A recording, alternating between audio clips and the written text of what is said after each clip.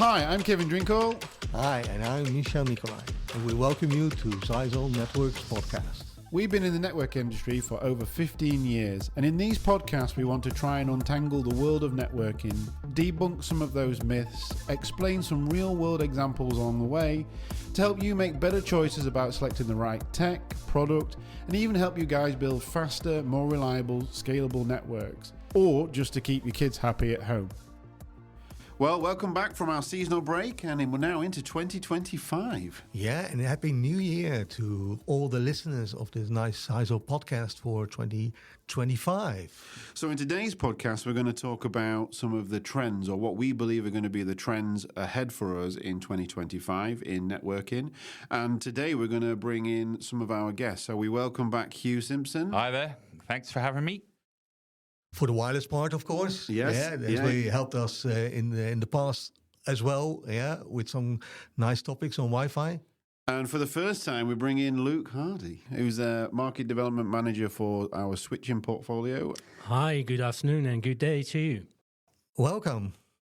So I guess when we want to talk about the trends for 2025, it's definitely going to start with Wi-Fi 7. So Hugh, you're going to have to help us out a little bit here, right? So when we talk about Wi-Fi 7, do you want to give us some kind of predictions for 2025? Yeah, Wi-Fi 7's definitely going to grow. We're definitely seeing the transition, and we will see the transition from the older technologies, the Wi-Fi 4s, the Wi-Fi 5s. They're going to completely start disappearing, and certainly we're seeing the growth of Wi-Fi 7 and the number of access points in the portfolio that we're going to have and going to see in the marketplace. It's definitely growing, it's definitely there. The main reasons and the main drivers for this will be lower latency, higher capacity, and of course, the number of stations and clients that are supporting Wi-Fi 7 now with all of these nice new gadgets that you got over your festive break. I mean, we touched on in some of our previous podcasts, we touched on the kind of things like MLO and stuff like that. So I think they'll become more prominent in the type of technology, right, from Wi-Fi 7. But I think from my point of view, the big driver will be the quality of experience, right? Yeah, absolutely. You know, Wi-Fi 7 is all about the quality, how great it is, how good it is, and again, being able to measure it and obviously manage it as well. You know, this is going to be the trend. You know, AI and intelligence from both the access point and the cloud platform will be, or from the management platforms, will be key. Well, I think the platforms themselves, right? They're the ones driving the AI factor. Without them, you can't, in the cloud, you can't really apply those, right? So leveraging those technologies and stuff like that, I think is really key. So that's a really cool insight for the start point, right? And obviously, one of the things I would say about the access points, which is driving some of the switching point, is the PoE. The PoE power, yeah, of course, because we see that the devices, they need some more capacity as well, and need more power. So, Luke, maybe you can give us a bit of an insight on that. Yeah, sure. PoE is around for quite a while, and it predominantly is now PoE Plus, which is 30 watts, and we're going into more PoE budget and PoE Plus, which is 60 watts, to cater all the Wi-Fi 7 products which are getting into our ecosystem right now. Yeah, I have to apologize, from a Wi-Fi perspective, that we're trying to drive this forward. And certainly, 60 watts is becoming the new standard out there. Okay, so, I mean, when we talk about, the Wi-Fi and the switching, obviously, now multi-gig as well, right? So these technologies like PoE++ and multi-gig, they're not new, but the trend is now that they're becoming more prominent in the market and more of a standard, right? So... Yeah, correct. Because on Wi-Fi 7, you need to have faster Ethernet cables or faster Ethernet speeds. And luckily, there's a standards already up and running for ages already, like from 2016, which is the 802.3BZ, which is 2.5 and or 5 gig. And also the 802.3AN standard, which is the 10 gig standard. These two standards are like already combining in our day-to-day use and are there for quite a while. And our switches are already catering for these standards to cope with these high speeds and to cope with the Wi-Fi 7 to make sure that the Wi-Fi speeds on the access points are already also delivered on the network. Yeah, so we're trying to remove the bottlenecks. For example, Wi-Fi 7 access points now. I mean, in our portfolio, we have pretty much in Wi-Fi 7, the standard unit is 11 gigabits per second. So, and then we do have a whoppingly high throughput at 22 gigabits per second. So, on the NWA 130BE, it supports like 11 gigabits per second. I don't want to go too much into products. It's more about trend, but it's just to show that the product is there already, right? So the driver is now the backbone needs to go there. And, with our larger capacity access points, and not just from us, but other vendors as well, they also support the 10 gig, right? So they've got PoE++ and 10 gig running over existing copper cabling, right, to power them. So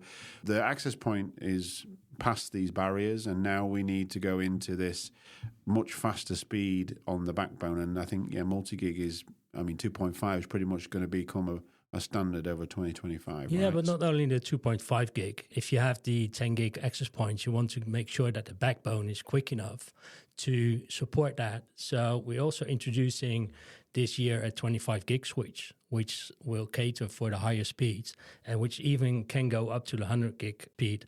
Yes, listeners, you heard correctly, 100 gig speeds.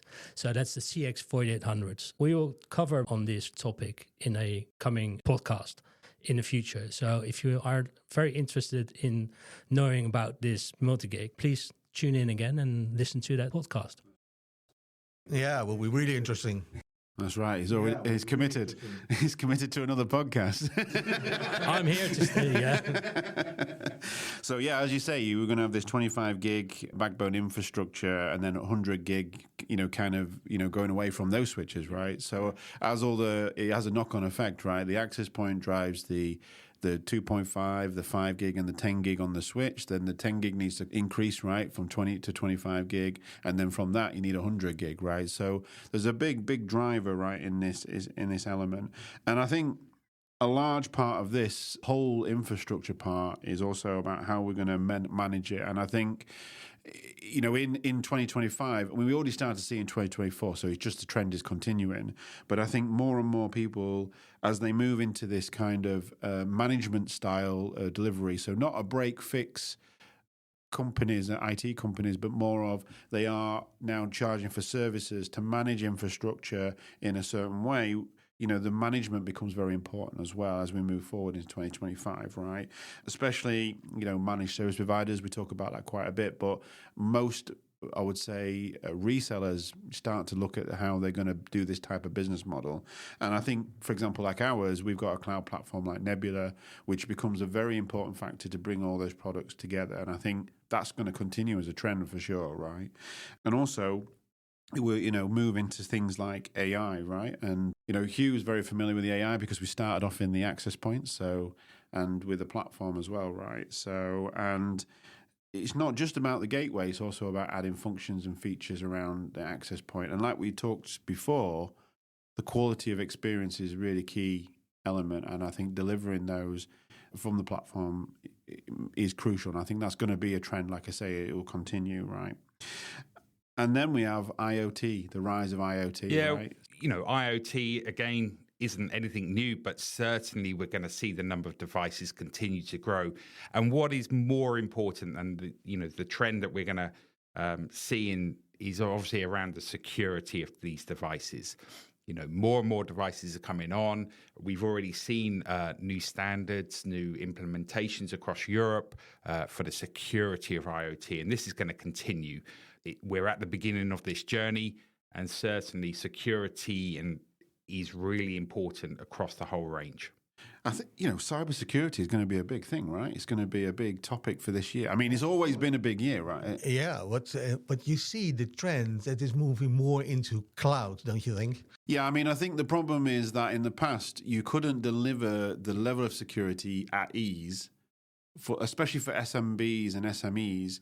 The performance was not there, yeah. Yeah, and also I think the way that it's deployed was much more complicated, and we need to try and find a way to deliver that to need to medium businesses Exactly. and SMEs, right, as well, small to medium enterprises, and that technology, by leveraging from cloud, from platforms like we discussed before, it makes it easier to deploy.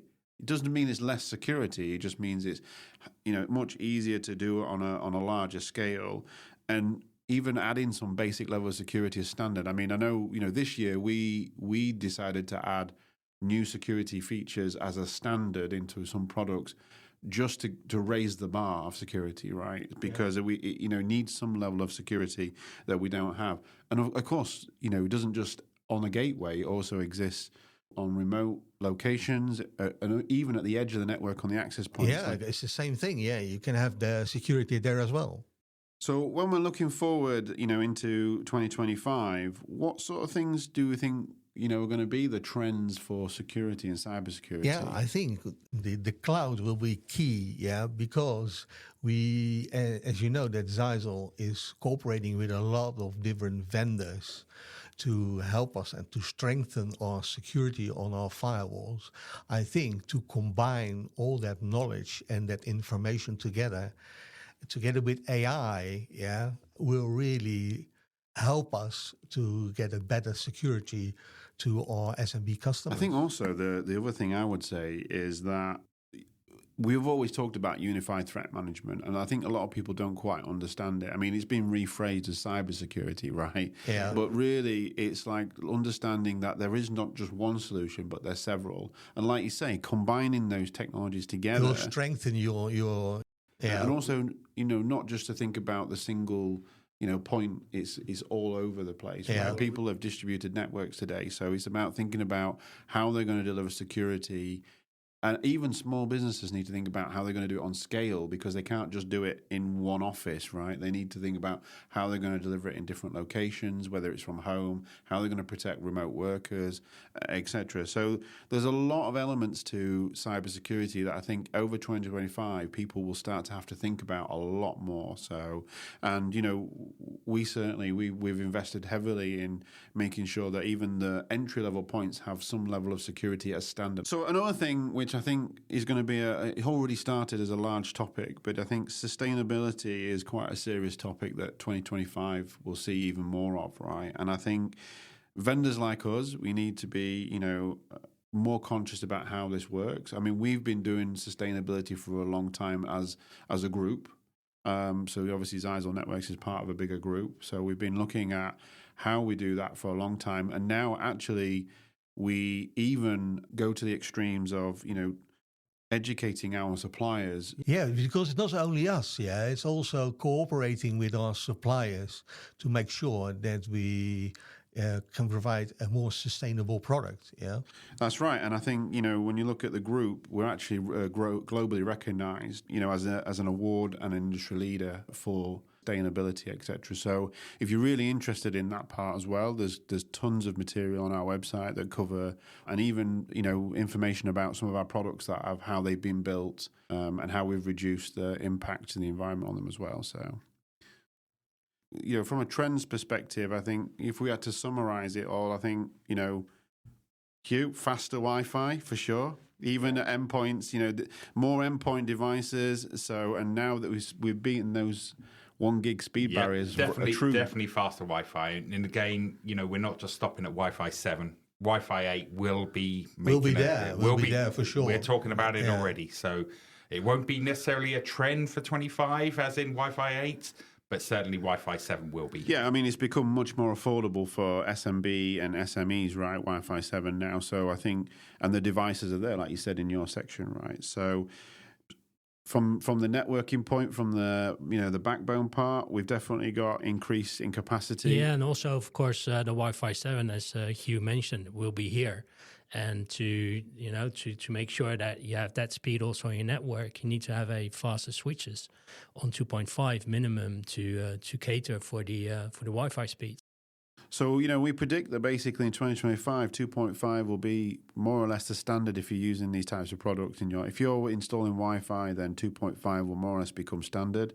And you should consider even bigger backbone, correct, right? Correct. So So these are things that we see as a trend in 2025. And I think overall delivering reliability in network and lower latency for applications and how they work. We talked a little bit about AI, helping leverage that, how people get to the end result, fixing problems quicker, resolving those everyday tasks very, very quickly, and even bringing the speed to the edge of the network for, computing power that's going to be there at the edge, right? So this is an important factor from not only just the gateway point of view, but from everything as well, right? So I think obviously you've got the security, you've got the backbone network, you've got the Wi-Fi.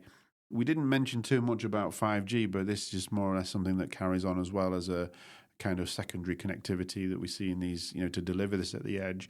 And, with all that, it needs to still deliver a higher level of security, because every year the trend is that security problems increase, and cybersecurity itself is a big, big topic that I think more companies are going to need to get on board with, and it needs to be less complex to deploy. And that's something that we certainly, as a trend, are seeing that, we need to develop products that are better, easier. And we need to provide it to our customer as well, yeah? Yeah, so, that's right, yeah. So, and there's no way to do it without leveraging from AI and the cloud technologies, right? So I think overall that's pretty good, right? Yeah, so AI is something to stay. It's not something from last year. Yeah, it will continue, yeah, AI.